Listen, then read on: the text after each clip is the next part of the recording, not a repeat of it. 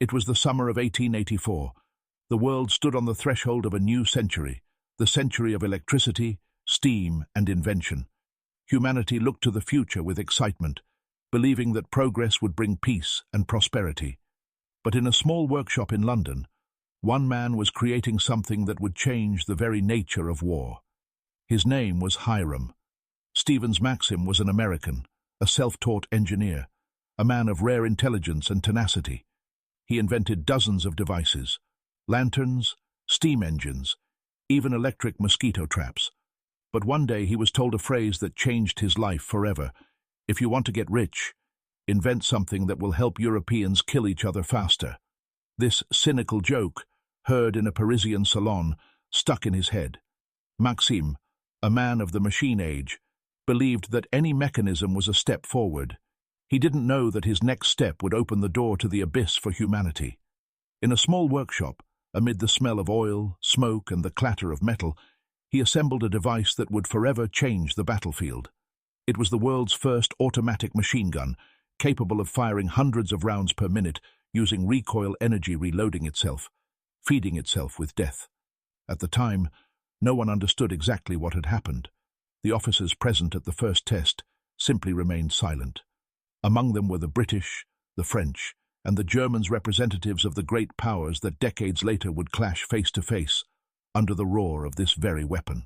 For Hiram Maxim, this was an engineering triumph. For history, it was the beginning of a new era, where for the first time, man entrusted a machine with the right to kill without human emotion. Maxim was proud of his invention. He demonstrated the machine gun at exhibitions, showed it to monarchs, officers, and even journalists. In 1885, the newspaper The Times wrote, "Mr. Maxim's new machine fires so fast that one man can hold off an entire army." The crowd was in awe. Laughter, applause, surprise. No one imagined that this device would soon become a symbol of the most brutal war the world had ever seen. The British Army soon put it to the test, in Africa, against warriors armed with spears and antique rifles. It was there that the Maxim machine gun first demonstrated its full effectiveness. Hundreds, thousands of bodies, the result of a single mechanism and a couple of boxes of ammunition. In those days, British generals called it a marvel of technology, and the press called it a machine that saves British lives. But no one said whose lives it was taking. Hiram Maxim liked to say that he invented his machine gun not for war, but for peace. He said, "If everyone realizes that war has become too terrible, they will stop fighting." He sincerely believed his weapon would stop the violence. But history, as always, decreed otherwise. Just 20 years later, on the battlefields of South Africa and Sudan, the world realized that the Maxim machine gun wouldn't stop wars. It would only make them soulless.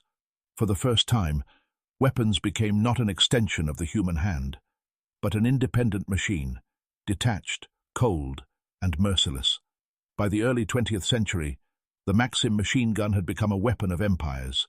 It was produced under various names: Vickers, MG-08, PM M1910. It served in Britain, Germany, and Russia. Each side considered it an achievement, unaware that they were arming themselves. Fortifications lined the borders of empires. Ammunition piled high in warehouses. At military parades, the Maxim machine gun stood as a symbol of strength and progress. And within its steel barrel, the shadow of the future already loomed, a future where man would be mere operators, and war a soulless machine devouring its creators. And yet, in those early years, Hiram Maxim was a hero. He received British citizenship, a medal, wealth, and fame. Newspapers wrote, "A genius who changed the world." But he himself increasingly remained silent. With each passing year, his name was increasingly associated not with progress, but with death. It became a symbol of an inventor who didn't understand what he had created. And although the Maxim machine gun forever entered history, its creator himself increasingly told friends that he wished that day, the day of its invention, had never come. Hiram Maxim did not know that his machine would become not just a weapon, but the beginning of a new era, an era of mass destruction, in which each new conflict would only improve the principle he had created. And when, 30 years after its invention, Millions of soldiers lie in the mud under machine gun fire. The world will remember the name of the man who first allowed a machine to shoot without human intervention. His invention was supposed to end wars, but it made peace impossible. Hiram Stevens Maxim was born in 1840 in the quiet American town of Sangerville, Maine. His childhood was spent surrounded by the smell of wood and metal. His father was a carpenter and amateur inventor.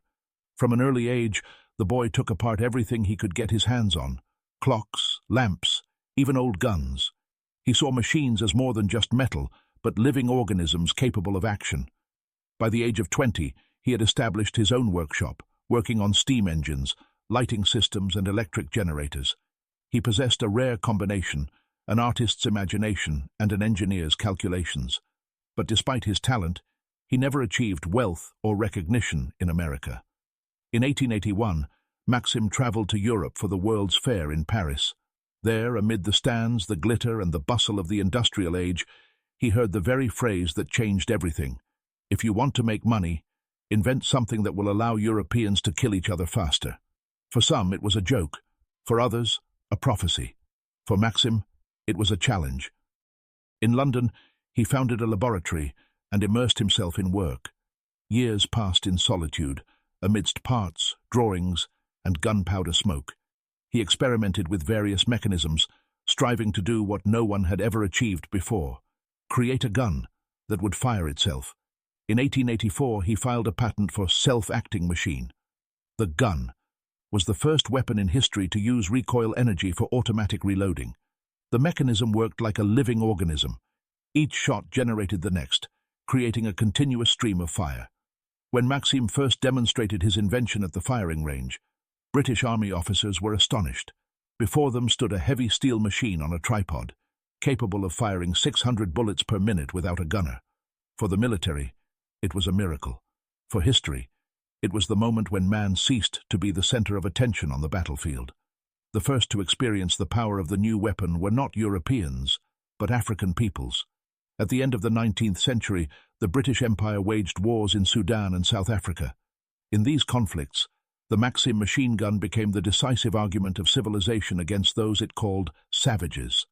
In 1893, during the Battle of Shangani in Rhodesia, 300 British soldiers armed with Maxim machine guns repelled an attack by more than 3,000 Matabele warriors. The battle lasted less than an hour, and almost the entire enemy force was destroyed. The officers wrote in their reports, "They attacked with fearless bravery, but against the machine gun it was like attacking a thunderstorm." Thus, for the first time in history, machine defeated man. From that moment on, the Maxim machine gun became more than just a weapon. It became a symbol of the white world's power over the rest of humanity. The British quickly realized that this weapon gave them an undeniable advantage. Industry began operating at full capacity. Maxim Nordenfeldt Guns and Ammunition Co. received contracts to supply tens of thousands of machine guns. Soon, the Maxim machine gun was in service with almost every European army. In Germany, it was produced under the name MG-08. In Russia, Maxim machine gun model 1910. In France, Austria, Hungary, and Turkey, under their own licenses. The irony was that each state was preparing for war with the others, arming itself with the same invention. Weapons created for peace became the universal language of future conflict. When World War I began, it was the Maxim machine gun that defined its appearance. Old notions of battle collapsed in the first weeks. Columns of soldiers charging with rifles and banners were wiped out by a hail of machine gun fire within minutes. Trenches, wire, mud. All this became a stage for a machine that fired tirelessly, fearlessly, and without conscience. Each side used hundreds, thousands of machine guns. Every meter of ground, every attack cost tens of thousands of lives. On the Somme, at Verdun, on the Eastern Front, the sound of war became not the cry of a soldier, but the beating of the steel heart of a machine. The Maxim machine gun gave birth to a new concept: industrial murder. War no longer depended on bravery or tactics. Speed, metal, logistics, and ammunition were decisive. For the first time, human life had a precise value, exactly the same as a box of ammunition. Officers, accustomed to duels and bayonet charges, watched helplessly as their soldiers disappeared under a wave of fire. The phrase, "they were marching toward machine guns," became not a metaphor, but a description of the era. By that time, Hiram Maximus was no longer involved in the development. He was rich, famous, and old. His name was known throughout Europe, but he increasingly avoided publicity. They said he was deeply troubled by the consequences of his invention. He saw photographs of battlefields where his brainchild left only darkness and ashes. He was tormented by the thought, how can you be innocent if your invention changed the nature of death? He wrote in his letters, I created a weapon to save soldiers' lives, but maybe I just helped them kill faster. By the end of his life, Maxim was nearly blind and deaf. His laboratory was deserted. He lived until 1916, 2 years short of the end of the Great War, but perhaps it was a stroke of fate. He missed out on what the world had become, armed with his invention.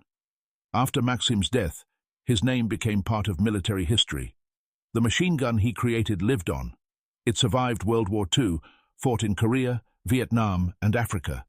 Even in the 21st century, you can still find old Maxims in warehouses rusty, but still ready to fire. A machine that outlived empires, a weapon that outlived its creator, and a symbol of the fact that man once created something that could no longer be bound.